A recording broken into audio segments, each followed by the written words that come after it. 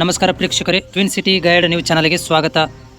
ರಾಜ್ಯ ಸರ್ಕಾರ ಉತ್ತರ ಕರ್ನಾಟಕದ ಗುತ್ತಿಗೆದಾರರ ಕಾಮಗಾರಿಯ ಸುಮಾರು 20,000 ಕೋಟಿ ರೂಪಾಯಿ ಬಾಕಿ ಉಳಿಸಿಕೊಂಡಿದೆ. ಇದರಿಂದ ಗುತ್ತಿಗೆದಾರರು ಸಂಕಷ್ಟಕ್ಕೆ ಒಳಗಾಗಿದ್ದಾರೆ. ಕೂಡಲೇ ಬಾಕಿ ಹಣವನ್ನು ಬಿಡುಗಡೆ ಮಾಡಬೇಕು ಎಂದು ಉತ್ತರ ಕರ್ನಾಟಕದ ಸಿವಿಲ್ ಗುತ್ತಿಗೆದಾರರ ಸಂಘದ ಅಧ್ಯಕ್ಷ ಸುಭಾಷ್ ಪಾಟೀಲ್ ಆಗ್ರಹಿಸಿದರು. ದಿನಾಂಕ 2/7/2025 ಬುಧವಾರದಂದು ಸುದ್ದಿಗೋಷ್ಠಿಯಲ್ಲಿ ಮಾತನಾಡಿದ ಅವರು, ಲೋಕೋಪಯೋಗಿ, ಬೃಹತ್ ನೀರಾವರಿ, ಸಣ್ಣ ನೀರಾವರಿ ಹೆಚ್ಚು ಬಾಕಿ ಉಳಿಸಿಕೊಂಡಿವೆ. ಬಾಕಿ ಬಿಲ್ ಬರುವವರೆಗೆ ಹೊಸ ಟೆಂಡರ್ಗಳನ್ನು ಕರೆಯಬಾರದು. ಕಾಮಗಾರಿ ಹಣ ಇದ್ದರೆ ಮಾತ್ರ ಟೆಂಡರ್ ಕರೆಯಬೇಕು. ಗುತ್ತಿಗೆದಾರರು ಬಿಲ್ ಸಲ್ಲಿಸಿದ 60 ದಿನಗಳಲ್ಲಿ ಹಣ ಪಾವತಿಸಬೇಕು. ಇಲ್ಲದಿದ್ದರೆ ಅದಕ್ಕೆ ಬಡ್ಡಿ ಸಹಿತ ಹಾಕಿಕೊಡಬೇಕು ಎಂದು ಒತ್ತಾಯಿಸಿದರು. ಉತ್ತರ ಕರ್ನಾಟಕದ ಗುತ್ತಿಗೆದಾರರ ಸಮಸ್ಯೆಗಳ ಬಗ್ಗೆ ಚರ್ಚಿಸಲು ಲೋಕೋಪಯೋಗಿ ಇಲಾಖೆ ಸಚಿವರ ನೇತೃತ್ವದಲ್ಲಿ ಇಲಾಖೆಯ ಉತ್ತರ ವಲಯದ ಮುಖ್ಯ ಇಂಜಿನಿಯರ್ ಹಾಗೂ ಗುತ್ತಿಗೆದಾರರ ಸಭೆ ಕರೆದು ಅವರ ಸಮಸ್ಯೆಗಳ ಬಗ್ಗೆ ಪರಿಹರಿಸಬೇಕು ಎಂದರು. ಇನ್ನೂ ಹಲವಾರು ಬೇಡಿಕೆಗಳನ್ನು ನಮ್ಮ ಸುದ್ದಿವಾಹಿನಿಗೆ ತಿಳಿಸಿದರು. ಅಲ್ಲದೆ ದಕ್ಷಿಣ ಕರ್ನಾಟಕ ಭಾಗದ ಜನಪ್ರತಿನಿಧಿಗಳಿಗೆ ಇರುವಷ್ಟು ಇಚ್ಛಾಶಕ್ತಿ ನಮ್ಮ ಉತ್ತರ ಕರ್ನಾಟಕದ ಭಾಗದ ಜನಪ್ರತಿನಿಧಿಗಳಿಗೆ ಇಲ್ಲ. ಹೀಗಾಗಿಯೇ ಉತ್ತರ ಕರ್ನಾಟಕ ಅಭಿವೃದ್ಧಿ ದೃಷ್ಟಿಯಿಂದ ಹಿಂದೆ ಬಿದ್ದಿದೆ. ಹೀಗಾಗಿ ಉತ್ತರ ಕರ್ನಾಟಕ ಪ್ರತ್ಯೇಕ ರಾಜ್ಯವಾಗಬೇಕು ಎಂದು ಆಗ್ರಹಿಸಿದ್ದಾರೆ. ಸುದ್ದಿಗೋಷ್ಠಿಯಲ್ಲಿ ಸದಸ್ಯರಾದ ಬಸವರಾಜ್ ಹಿರೇಮಠ್, ಅಶ್ಫಾಕ್ ಬೆಟಗೇರಿ, ವಿ.ಎಸ್. ಪಾಟೀಲ್ ಇತರರು ಇದ್ದರು. ಕರ್ನಾಟಕ ಸಿವಿಲ್ ವಿದ್ಯಾರ್ಥಿ ಅಧ್ಯಕ್ಷರಾಗಿದ್ದೀನಿ. ಈಗ ಗುತ್ತಿಗೆದಾರ ಸಾಕಷ್ಟು ಸಮಸ್ಯೆಗಳನ್ನು ನೋಡಾಕತ್ತಾರ. ಅದನ್ನು ಮುಖ್ಯವಾಗಿ ತಮ್ಗೆ ಹೇಳ್ಬೇಕಂದ್ರೆ ಪೇಮೆಂಟ್ ವಿಷಯ. ಇದ್ದಂಗೆ ಭಾಳ ವರ್ಷಗಳಿಂದ ಪೇಮೆಂಟ್ಗಳು ಬಾಕಿ ಅದಾವೆ. ಈಗ ಕಾಮಗಾರಿಗಳು ಸ್ವಲ್ಪ ಹಾಕಿರ್ತಾವೆ ಮತ್ತು ಪೆಂಡಿಂಗ್ ಬಿಲ್ ಹೋಗಿರ್ತಾವೆ, ಸ್ವಲ್ಪ ದುಡ್ಡು ಬರ್ತಿರ್ತದೆ. ಅಂದರೆ ಫಾರ್ ಎಕ್ಸಾಂಪಲ್ ಒಂದು 10% 15%. ಲೋಕೋಪಯೋಗಿ ಇಲಾಖೆ ಇರ್ಬೋದು, ಸಣ್ಣ ನೀರಾವರಿ ಇಲಾಖೆ ಇರ್ಬೋದು, ಬೃಹತ್ ನೀರಾವರಿ ಇಲಾಖೆ ಇರ್ಬೋದು, 10% 15% 2-3 ತಿಂಗಳಿಗೊಮ್ಮೆ ಎಲ್.ಸಿ ಬರ್ತೈತಿ. ಅದರಷ್ಟು ಮತ್ತು 10% ಬಿಲ್ ಹೋಗೇ ಬಿಟ್ಟಿರ್ತಾವೆ. ಹೀಗಾಗಿ ಅದು ಎಲ್ಲೂ ಇದು ಪೆಂಡಿಂಗ್ ಕಡಿಮೆನೇ ಆಗೋದು. ಈಗ ಸುಮಾರು ನಮ್ಮ ಉತ್ತರ ಕರ್ನಾಟಕದ 20,000 ಕೋಟಿ ಪೆಂಡಿಂಗ್ ಇದೆ. ಅದರಲ್ಲಿ ಲೋಕೋಪಯೋಗಿ ಇಲಾಖೆದು ಒಂದು 4,000 ಕೋಟಿ ಇದೆ. ಆಮೇಲೆ ಸಣ್ಣ ನೀರಾವರಿ ಇಲಾಖೆ ಒಂದು 2,000 ಕೋಟಿ ಮತ್ತು ಬೃಹತ್ ನೀರಾವರಿ ಇಲಾಖೆ ಒಂದು 6,000 ಕೋಟಿ, ಇನ್ನೊಂದು ಎಲ್ಲ ಸೇರಿ 6,000 ಕೋಟಿ ಬೇರೆ ಇಲಾಖೆ ಅಂದರೆ ಹೌಸಿಂಗ್ ಬೋರ್ಡ್ ಇರ್ಬೋದು, ಗ್ರಾಮೀಣಾಭಿವೃದ್ಧಿ ಪಂಚಾಯತ್ ರಾಜ್ ಇರ್ಬೋದು, ಸ್ಲಮ್ ಬೋರ್ಡ್ ಇರ್ಬೋದು, ಇಂಥವೆಲ್ಲ ಕೂಡಿಸಿ ಅದೊಂದು 6,000 ಕೋಟಿ. ಹೀಗೆ ಒಟ್ಟು ಸೇರಿ 20,000 ಕೋಟಿ ಇನ್ನೂ ಮಟ್ಟ ಸರ್ಕಾರದಲ್ಲಿ ಗುತ್ತಿಗೆದಾರ ಹಣ ಬಾಕಿ. ಅದರಿಂದ ನಾವು ಆದಷ್ಟು ತೀವ್ರವಾಗಿ ಇದನ್ನು ಪೇಮೆಂಟ್ ಮಾಡಬೇಕಂತ ಒತ್ತಾಯಿಸ್ತೇವೆ. ಈ ಬಗ್ಗೆ ನಾವು ಸಾಕಷ್ಟು ಸರಿ ಸಚಿವರನ್ನು ಭೇಟಿಯಾಗಿವಿ.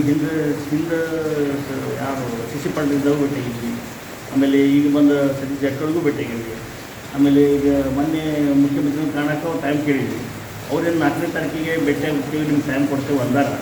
ಅದರ ಏನು ಮಾಡ್ತಾರೆ ಇನ್ನೂ ಮಟ್ಟ ಏನು ನಿಮ್ಮ ಸುದ್ದಿ ಬಂದಿಲ್ಲ. ಅದಕ್ಕೆ ನಾವು ಇಲ್ಲಿ ನಮ್ಮ ಲೋಕಲ್ ಸಚಿವರು ಧಾರವಾಡದವರು ಆದಂಥ ಸಂತೋಷ್ ಅವರನ್ನು ಕಂಡು ಈ ಬಗ್ಗೆ ಅವ್ರಿಗೂ ಒತ್ತಾಯ ಮಾಡ್ಬೇಕಂತ ಮಾಡಿದ್ದೀವಿ.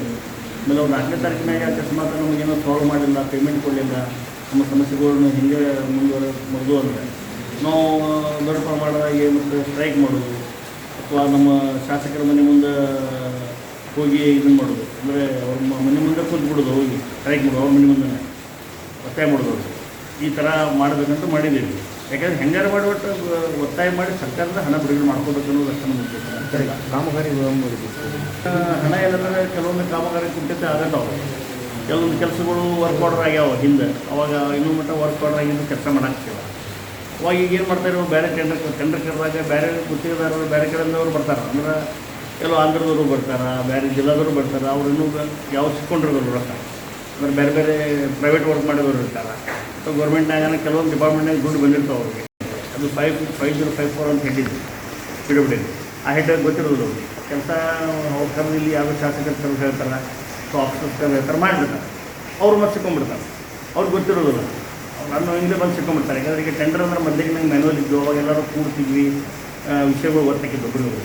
ಈಗ ಯಾರು ಎಲ್ಲೋ ಕೂತು ಟೆಂಡರ್ ಹಾಕ್ತಿರ್ತಾರೆ. ಹೀಗಾಗಿ ಯಾರಿಗೂ ಯಾವ ವಿಷಯ ಗೊತ್ತಾಗಲ್ಲ. ಈ ಪೆಂಡಿಂಗ್ ಇದ್ದದ್ದು ಗೊತ್ತಿಲ್ಲದ ಹಾಕಿದ್ರೆ ಮತ್ತೆ ಸಿಕ್ಕೊಂತಾರೆ. ಈ ಹಳೆ ಯಾರು ವರ್ಕ್ ಆರ್ಡರ್ ತೊಗೊಂಡಿರ್ತಾರೆ, ಕೆಲಸ ಮಾಡೋದು ಭಾಳ ಇನ್ನೂ ಪೆಂಡಿಂಗ್ ಅದಾವೆ. ಭಾಳ ವರ್ಕ್ ಆರ್ಡ್ರಾಗೆ ಅವ್ರು ಕೆಲಸ ಮಾಡ್ತಾಯಿಲ್ಲ. ಈಗ ಒಂದು ವರ್ಷದಿಂದ ಸರ್, ಈಗ ಪೊಲೀಸ್ ಏನು ಅಂದರೆ ಈಗ ನಮ್ಮ ವೆಹಿಕಲ್ಸ್ ಈಗ ನಾವು ಫಾರ್ ಎಕ್ಸಾಂಪಲ್ ಅಸ್ಪಾಟ್ ಮಾಡ್ತಿರ್ತೀವಿ. ಡಂಬರ್ ಕೆಲಸ ಮಾಡೋಕ್ಕಂತಾಗ ನಾವು ಬೆಳಗ್ಗೆ 8 ಗಂಟೆಗೆ ಸ್ಟಾರ್ಟ್ ಮಾಡ್ತೀವಿ. ಡಂಬರ್ ಕೆಲಸ ಸ್ಟಾರ್ಟ್ ಮಾಡಿರೋ ಕಂಟಿನ್ಯೂಸ್ ಒಂದು 8 ಗಾಡಿ ಇರ್ತಾವೆ. ಆ ಗಾಡಿಗಳು ನಾವು ಅವನ್ನ ತುಂಬಿ ಸೈಟಿಗೆ ಕಳಿಸ್ತೀವಿ.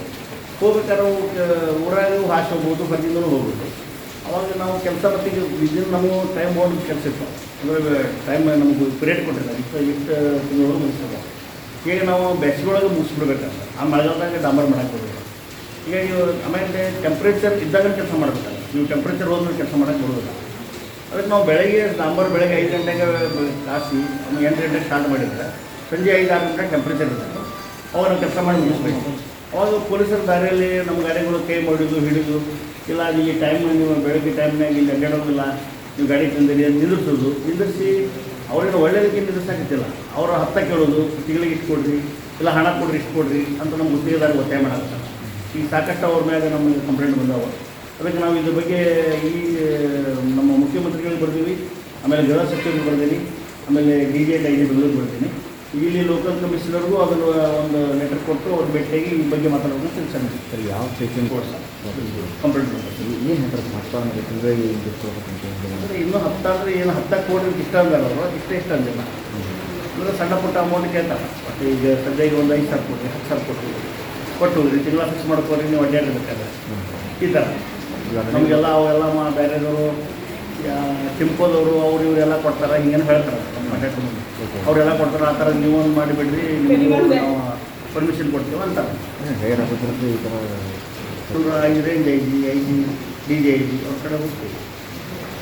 ಪ್ರತ್ಯೇಕ ನಮ್ಮ ಉತ್ತರ ಕನ್ನಡ ರಾಜ್ಯ ಆಗುತ್ತೆ. ನಮ್ಮ ಉತ್ತರ ಕನ್ನಡ ಪ್ರತ್ಯೇಕ ರಾಜ್ಯ ಆಗಲೇಬೇಕು ರೀ, ಆದ್ರೆ ಸುಧಾರಿಸೋದು. ಇಲ್ಲಾಂದ್ರೆ ನಾವು ಇಷ್ಟು ವರ್ಷದಿಂದ ನೋಡಿಲ್ಲ. ನಾನು ರಾಜ್ಯದ ಗುತ್ತಿಗೆದಾರ ಸಂಘದಾಗ 16 ವರ್ಷ ಇದೆ. ಆಮೇಲೆ ಅಲ್ಲಿ ನ್ಯಾಯ ಸಿಗಲಿಲ್ಲ, ನಮಗೂ ಏನೂ ಒಂದು ಸ್ಪಂದನೆ ಇಲ್ಲ, ಈ ಭಾಗಕ್ಕೆ ಏನೂ ಮಾಡಲಿಲ್ಲ ಅಂತೇಳಿ ನಾನು ಉತ್ತರ ಕನ್ನಡ ಸಿವಿಲ್ ಉದ್ಧಾರ ಸಂಘ ಸ್ಥಾಪನೆ ಮಾಡಿದೆ 2003. ಅದಕ್ಕೆ ಉತ್ತರ ಕನ್ನಡಕ್ಕೆ ಬೇರೆ ಆದ್ರೆ ನಮಗೊಂದು ನ್ಯಾಯ ಸಿಗಲಿಲ್ಲ ನನ್ನ ಭಾವನೆ.